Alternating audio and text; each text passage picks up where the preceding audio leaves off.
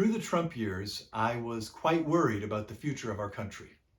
So I brought my skills as a political philosopher and an ethicist and a philosophy professor and a student of the humanities. I brought all of that to the table to try to make sense of what was happening in our country. And I reread Plato, I reread the ancient Greek tragedies, I looked at the Federalist Papers, and what I discovered is that this perennial theme of tyranny, it runs through the Western tradition, and we were kind of living in the midst of a would-be tyrant. Luckily, our country survived that episode, and I don't think Trump really was a tyrant, but he came close to subverting our entire system.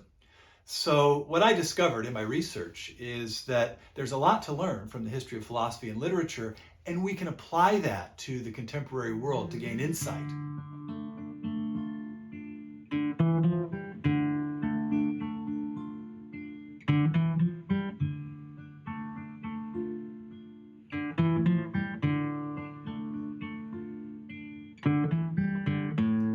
Trump is not a tyrant. Maybe he's a would-be tyrant. So he's interested in power, he's interested in glory and greatness and all of this stuff that is associated with the Trump brand and the Trump name. But he was elected in the American system. And in our system, tyrants cannot consolidate power. So the Constitution is designed with tyrants in mind. The founders of the country were trying to prevent tyrants from grabbing power, and it seems to have worked. So even though Trump has these dispositions that are typical of tyrants from the ancient world on down, we've created a system that actually works to prevent tyrants from grasping power.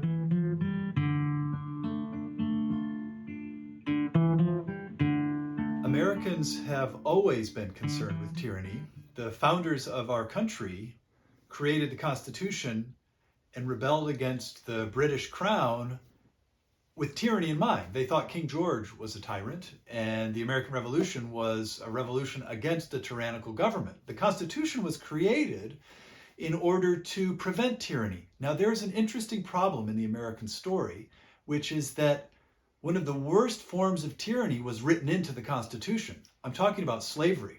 So Frederick Douglass, for example, the great escaped slave and voice of reason in the 19th century, Frederick Douglass talks about slavery as a kind of tyranny. One could even tell the American story as a continued evolution out of and against tyranny. And of course, this story goes much deeper than that, right? So all the way back to Plato and the Greeks, people have been concerned with tyranny. The 20th century, there was authoritarianism and totalitarianism, which is a form of tyranny after all.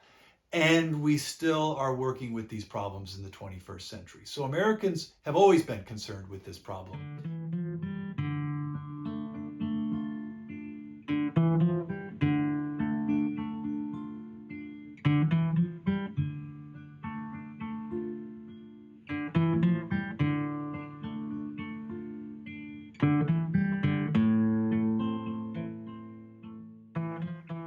I'm hopeful a little bit. So I'm not an optimist. I don't want to claim that everything works out well in the end.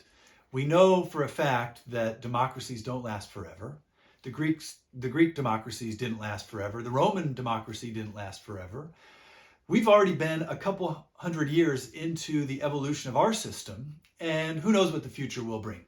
But one thing I do know is that democracies last and endure when citizens understand how fragile they are, right? So if we look at history and see the rise of the tyrant, and then we look at our own, open the newspaper and we see, oh my gosh, tyrannical people are grasping for power. When we see that and understand how fragile our democracy is, maybe we'll work harder to preserve it.